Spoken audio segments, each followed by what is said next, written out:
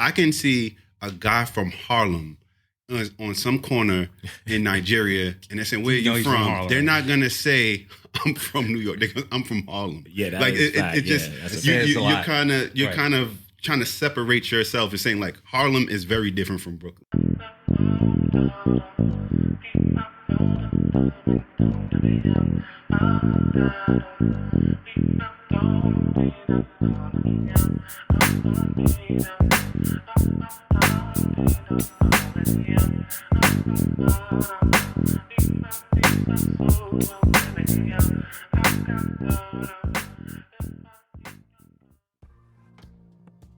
Yeah. So we back. What's good, fellas? We back.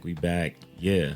Part 2 of the branding conversation. Yeah, part 2. We are here to kind of talk about abstract, the abstract thinking of brands, and not just companies, but I think in this episode we're gonna talk about countries, people, personal brands, a little bit, and I think, and also too, you brought up kind of a good point while we were pre-talking about this. I think political slogans. We won't get in too deep into all of them, but there are some great political slogans that kind of just stick in your head, brand-wise. That no matter what, it's just in your head. But yeah, we'll get to that. But I just want to introduce myself, Tony Stallion, 1/3 of the Ab Bros podcast, 1/6 of the full Ab Bros, 1/4 of Ab Bros New York City. Look at this guy, Mr. Mathematics. I'm just saying, It's your boy AD, director from ATL by way of Decatur. Grady baby all day. Here to talk about brands and nationality. And I guess my nationality would be I'm me. And that's all that matters. There you go. Yeah, I like that. Your boy Easy Rose, Brownsville's finest. You already know I'm having it my way and got no complaints. Like, we doing what we're supposed to do. So, we can jump right into it. Oh, yeah. I thought you was about to say something. No. You stepped down like, okay, everything good? I always check to see if y'all good. Nah, cool. Appreciate it. All right. Yeah, we just did that so when we edit it, we know where to cut it. So that's why I kept coming in and know when. Just keep going. We'll just keep rolling. Yeah. Leave that in there, man. No, leave it in. Fuck. Yeah, we'll figure it out. But listen, so we're here, right? We're going to talk about branding from the perspective of nationality, right? This idea: can certain things be a brand, like a person, like a group of people? Yes. Hold on, like a group of people, right? Can certain people be a brand? Can groups of people be a brand? Can a state be a brand, right? Can a clique of people be a brand? Can a country be a brand? Like, branding is a serious, big thing that a lot of people are like using to tell stories, especially in the age of like social media. But let's talk about that. Like this idea of like, can all these different groups or individuals be brands, and why? And why should we care? And why does it matter? Let's start. Best brand out there, New York City. Okay. Why? Yeah. Everyone wants to come here to I've heard it so much. So all right, let me get into story time. So he's in his bag. So now, right? Okay. So I moved away. I moved out of New York back in the pandemic for a job, and then recently came back. When I was gone, on multiple occasions, people were like, "Why would you come here from New York?" Like for them, they were baffled. That It was backwards for them. They were like, "Why the fuck would you come here from New York City?" I was like, "I want to try something new, experience something new, yada yada yada." So fast forward, I went on a trip to New Orleans last spring, and I went to this. I'm not going to name the restaurant, but I went to this. I had a restaurant experience. It was like a 8-course meal, a Nigerian. I want to say, Nigerian restaurant. And it was, I want to say, I forget what it's called, but like lunchroom style, where like they basically sit you with whoever, unless you come with somebody, they sit you at a table with a group of people, strangers, and you have, conversations, you talk, whatever. And so at the table, one dude at the table was from New York, Brooklyn. And I was by way of New York. Everyone else had lived. No, I think one couple didn't live in New York, but they were saying how they would love to do it. and everyone else lived in New York at one point in time. And like at least 30 minutes of the conversation was talking about how much they love New York, even though they left. So my point is, New York branding is strong. I think there's other cities, but I'm repping the home team.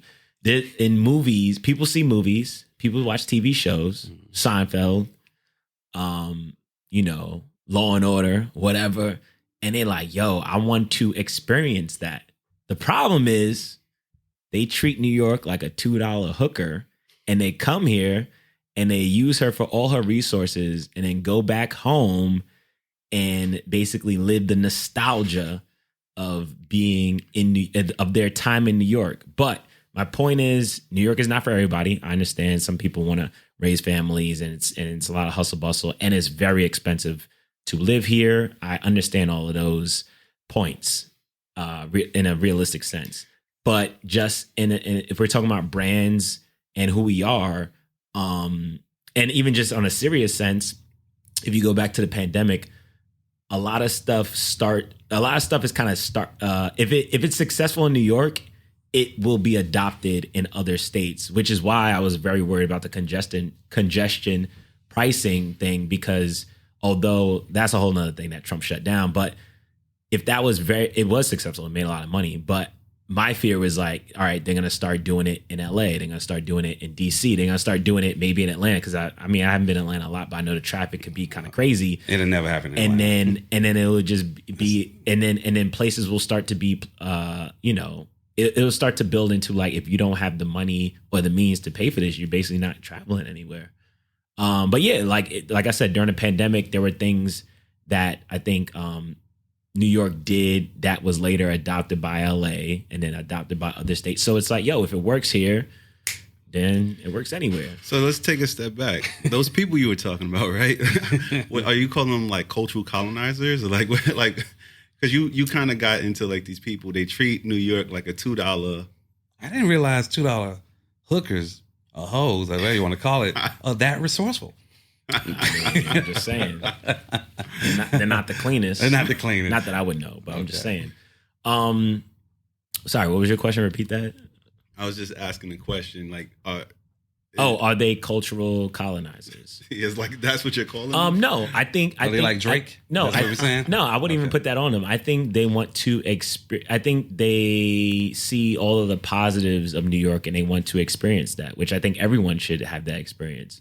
But some would say that about any other city, but my thing is, and you said this before, Rose, on another podcast that I'm not going to talk about, but when you come somewhere, you should take your shoes off. You're right. You should show love and help the community. Don't move in. I remember one time I was at an ex's apartment, and she had two roommates, Caucasian roommates, and they were living in Bushwick, close to Myrtle Ave. And they lived in like a studio that got refurnished into apartments. And I remember her saying like, "Oh man, I can't wait till that bodega turns into like a juice shop or something." And it's like, that's gentrification. Yeah. But my thing is like, don't come, like, I get it. Some neighborhoods aren't the safest, but like, don't come here and be like, I'm going to change it, raise the value for the people who live here. And then, which might be nice if you have the funds, and then just bounce. So this is all to say that New York is the greatest place in the world. Is essentially what I think it's one of, because I remember when we talk about states, yes, I remember you said something. Because here's the funny thing. We'll get into Japan. Well, here's the funny thing. Oh, you about to shit Atlanta is full of a lot of New York people. It just is.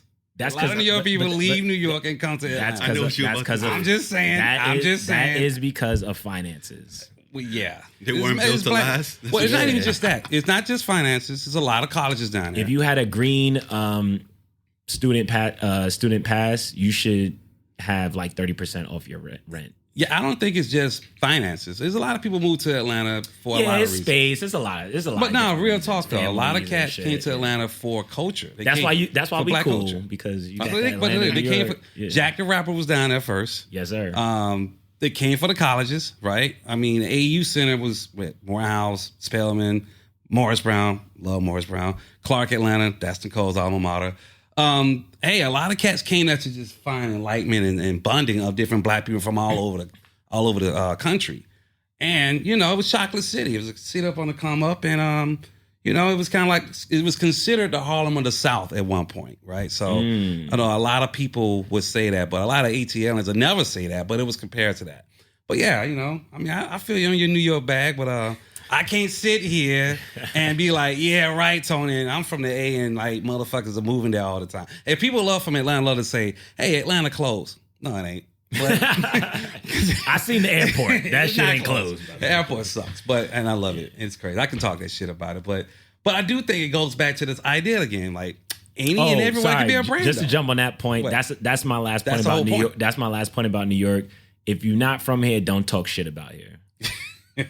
Well, that kind of jumps into like a lot of conversations that's happening in America. Everywhere. Right. Everywhere. Yeah. Right? So I think what you're talking about, Tony, is people, they come to New York, they live here for a few years, and then they just have that privilege. Like they've been privileged to New York and all of the work that other people put in. Yeah.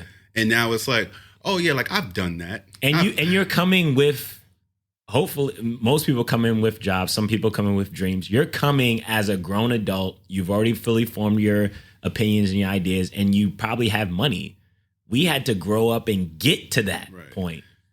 Yeah, and that's a good point. Like I think we've had that conversation. I feel like a while ago we was having a conversation about like what makes a New Yorker and like are you a New Yorker and I lived here for 10 years, like all that bullshit, right? Like the reality is where you grew up, and whether if it's junior high school in those formative years, we've kind of came to. Well, I'm gonna say you and me. I know we came to an agreement that your formative years is the expression of where you're from. Yeah. I know some people say you got to be born here to be a New Yorker. To me, I say even if you came at one, if you were raised here, like you said, formative years, you're New Yorker.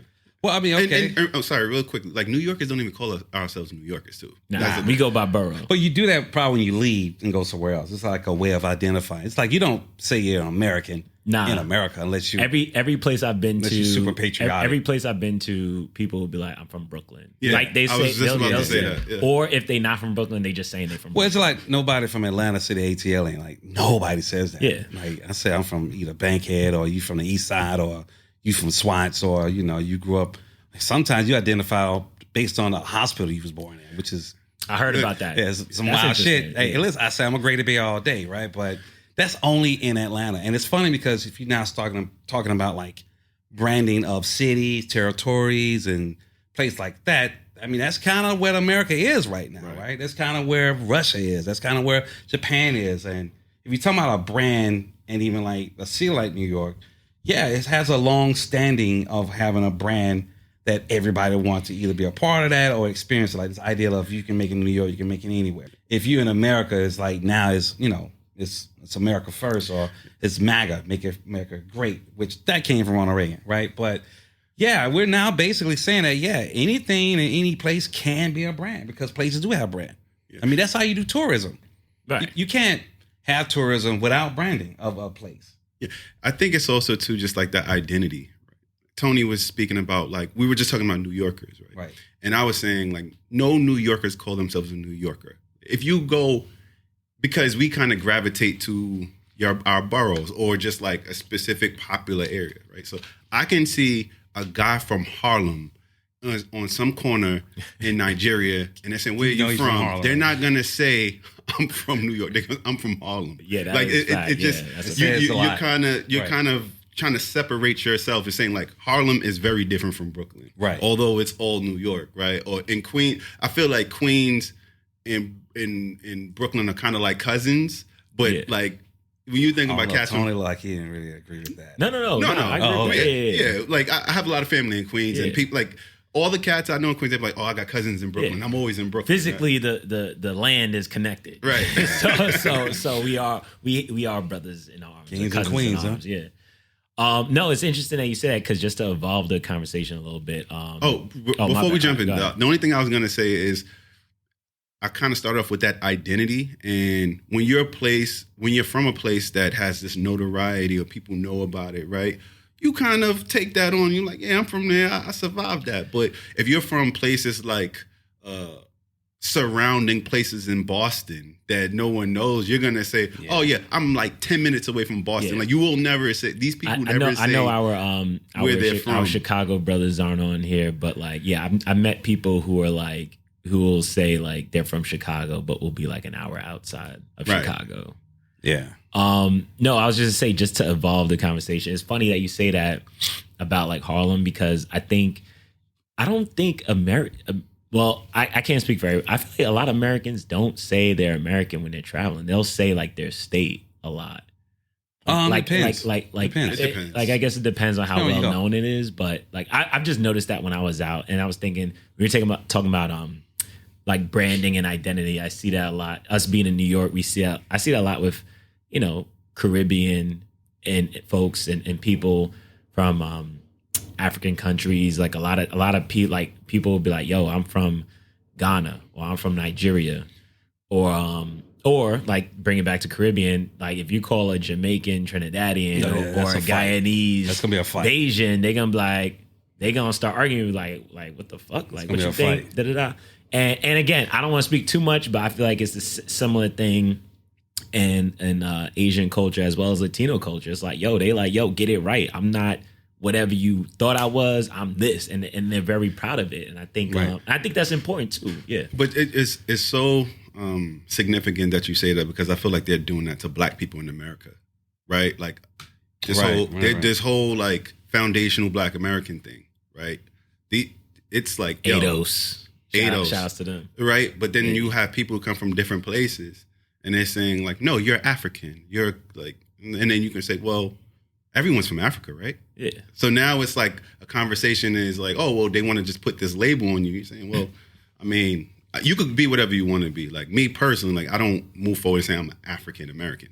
I'm American, or I kind of relate more to foundational Black American than just saying I'm, you know, African or for some other place. But that people find discomfort in that, and it's like now they're trying to tell you about you, and it's like me trying to tell you about you. Like it doesn't work. So I think that's just a very interesting conversation. Yeah, I remember, you know, taking a trip out to Copenhagen. A little flex there, I guess.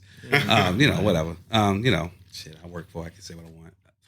Yeah, I mean, you know, the time I spent there with Nicole, I mean, they just instantly knew we was American just because of how we talk. But they knew it was obviously Black, but it wasn't like, you know, the first thing that they said, "Oh, you're American." Like, you know, oh, you check out these Americans or whatever.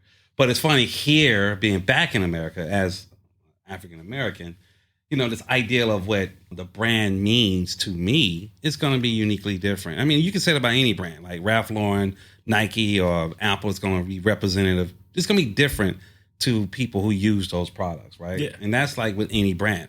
If we're now saying that a country or a city or territory could be a brand, well, what are we looking at now in terms of like this country? Like, what is the brand that we're talking about? The brand now feels uniquely different than 2 months ago than it is today. You can say America's brand has evolved from multiple different versions of itself from the past up until today. So what is the brand of America? I mean, I think a hot take, I'll say, I think America's trying to, we're in a stage of rebranding. I think we're trying to rebrand ourselves and trying to find an easy, identifiable kind of brand theme. I think similar to an ad agency, I think we're not on the same page of what that brand is. I feel like it was a little bit easier in like the industrial times where we were like, we're makers, you know, we made cars, we had factories, we had all that. That's when America built things. Yeah. Right? It was builders. But the rebrand aspect you just mentioned is interesting. And why you think of rebrand? Why do people rebrand? Because I think thinking outside of America, I think some countries maybe stereotypically you kind of know what their brand is. You mentioned Japan as cool, like they kind of have this brand of like tech, cool. Think about like China. I think China is kind of known as like hard. I want to say my interpretation. I don't know if they are, but like China, I think kind of brands itself as like hardworking, kind of disciplined a little bit. Build my own. Yeah, build my own. Yeah, build my own because they want to just kind of be their own thing. It's homogenous too. I'm trying to think of some other countries. Yeah, I mean, I'm looking at this sculpture of the Eiffel Tower. You know, Paris is probably like fashion, food. So it's like there's certain countries that have their brands, and like when I think about America, and again, maybe we're like close to it because we're here, but like I don't really know what our brand is. Like, I think America's brand now is more so, if more time than anything, is America first. Yeah. Right. I think that they're trying to operate as a business. Winners. Right. So Yeah. I'm trying to operate as a business. So now we're going through this.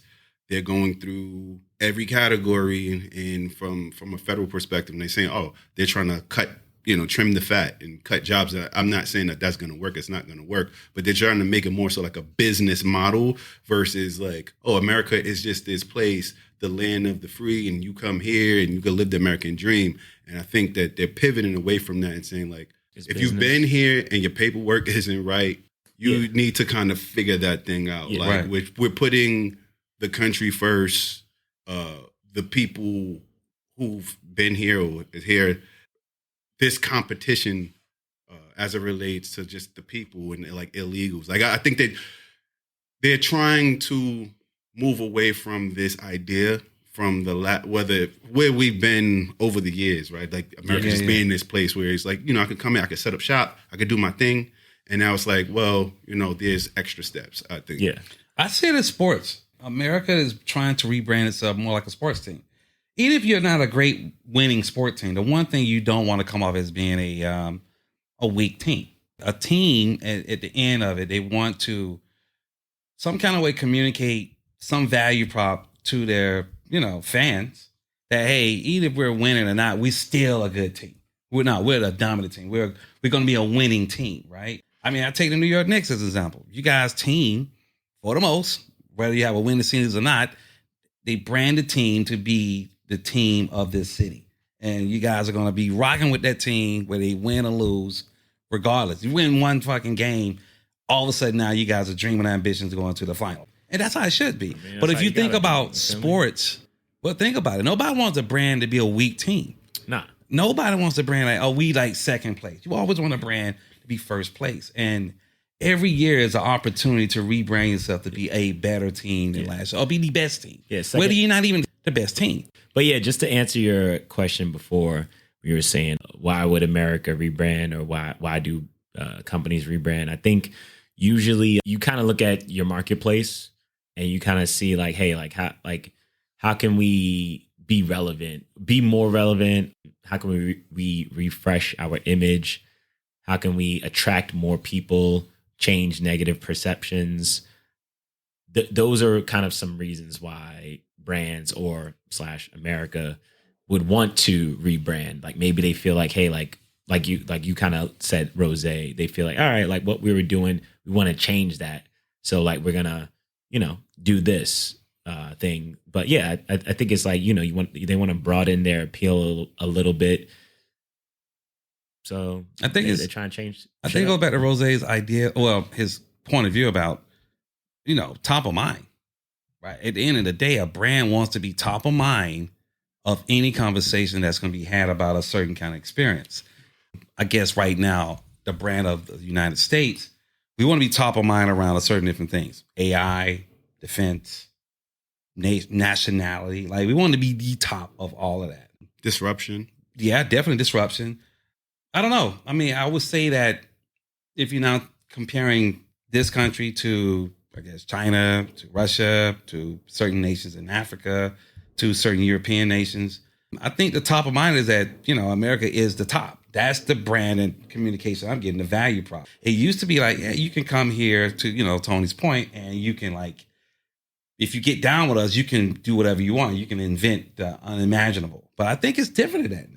Right? I think now it's more like, yeah, we're the top of the world, and what you gonna do about it? Yeah, right. I mean, and I kind of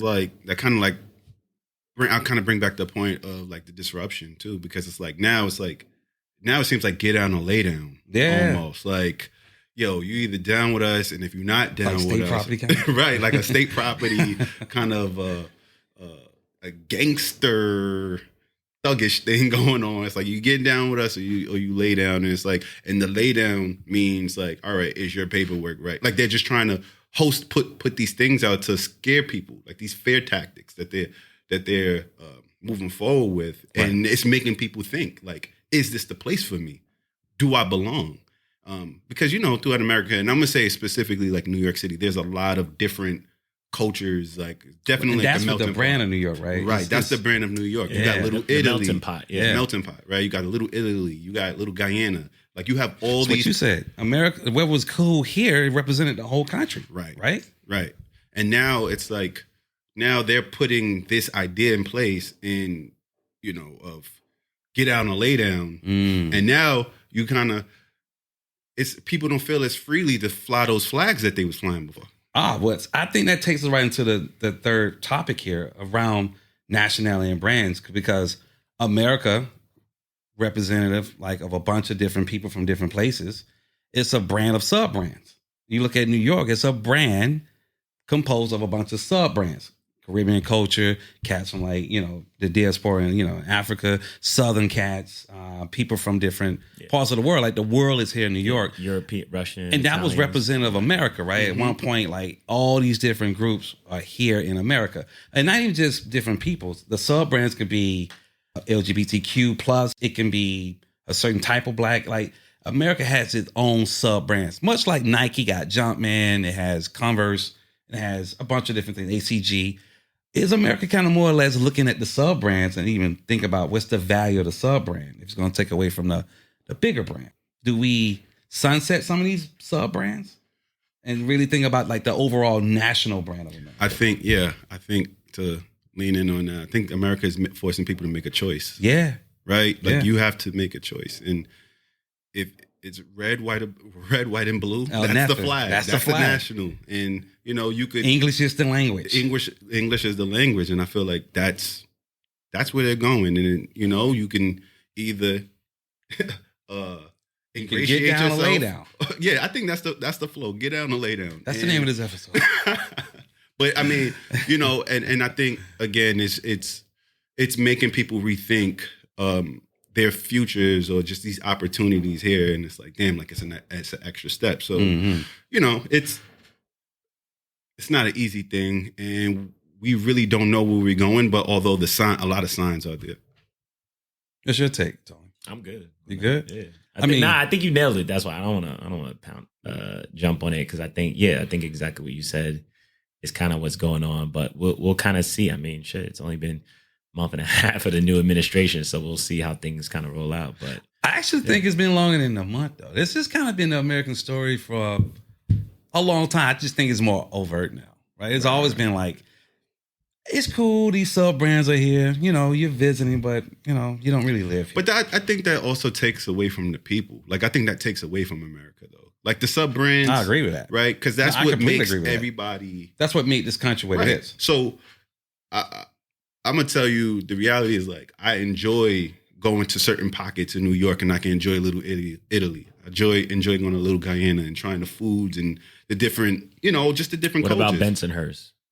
The hearse. I haven't been there in a while,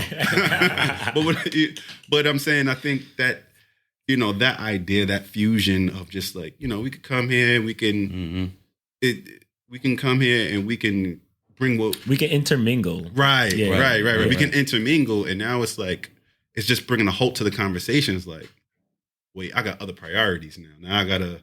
Maybe not me, Right. like maybe not that person from a different place, but maybe someone's family. Like it's, Right. I I mean, it's funny because you look at New York, you can probably argue New Orleans, maybe Atlanta, DC. These are multicultural epicenters, right? Chicago to a certain degree, definitely LA. If those are representative of what America is, and they're more or less either coming upon a certain sense of tension or changing, if they kind of change, then that almost says that, well, if we're going to get rid of these sub brands of a certain experience of this country, then if those cities get compromised, like what's kind of happening now with New York, well, gentrification and even like this immigrant, I don't even want to call it a crisis, but that's what's going on. Then what does this represent going forward? I don't know. None of us have the answers here with that, but I do think there's something to look at. If New York can't stay New York, if LA can't stay LA, if these countries, these different little Enclaves. cultural outlets just don't stay who they are, then what does it say about the country the next 10, 20, 30 years? I mean, I think I think New York, LA. I think what's it saying? Game stays the same, just the players change. Mm-hmm. I think New York is always going to be New York. I think LA is always going to be LA. Same thing with Atlanta. It's just going to be the people. Change. They're going to swap out the characters, but it's going to be the same movie, you know. But like I think just to jump on your point, I don't want to say sauce, but like a lot of these places fabric. Yeah, I guess fabric's a good way, or seasoning, however you want to put it. But when you start to lose some of these sub brands in these places, there's a lot of just cool that leaves. So it's just like I think it'll be interesting to see like as these places develop and as these sub brands and subcultures kind of leave the cities, like what will happen, and how these places will feel. Like obviously, I think if you grew up in these places, you'll keep that nostalgia and that feeling alive amongst the people you know. But the people who are coming in will never experience that. But Right. you know, but yeah, my bad. I guess we can wrap it, man. Let's wrap that up. Yeah, we're good. Yeah, All nah, right, that cool, was good. man. Yeah. So another legendary episode. I felt like we covered a lot of ground. But appreciate you all tuning in. Another edition of Ad Bros. And like you know how it goes. I kind of forgot my own shit. No soft talk when it comes to telling the truth. There you go. Peace, people. Peace. Thanks for tuning in to the Ad Bros podcast. If you enjoyed the episode, don't forget to like, subscribe, and share with your crew. Catch us next time for more insights and creativity, only on the Ad Bros podcast, powered by Caffeine Media Network.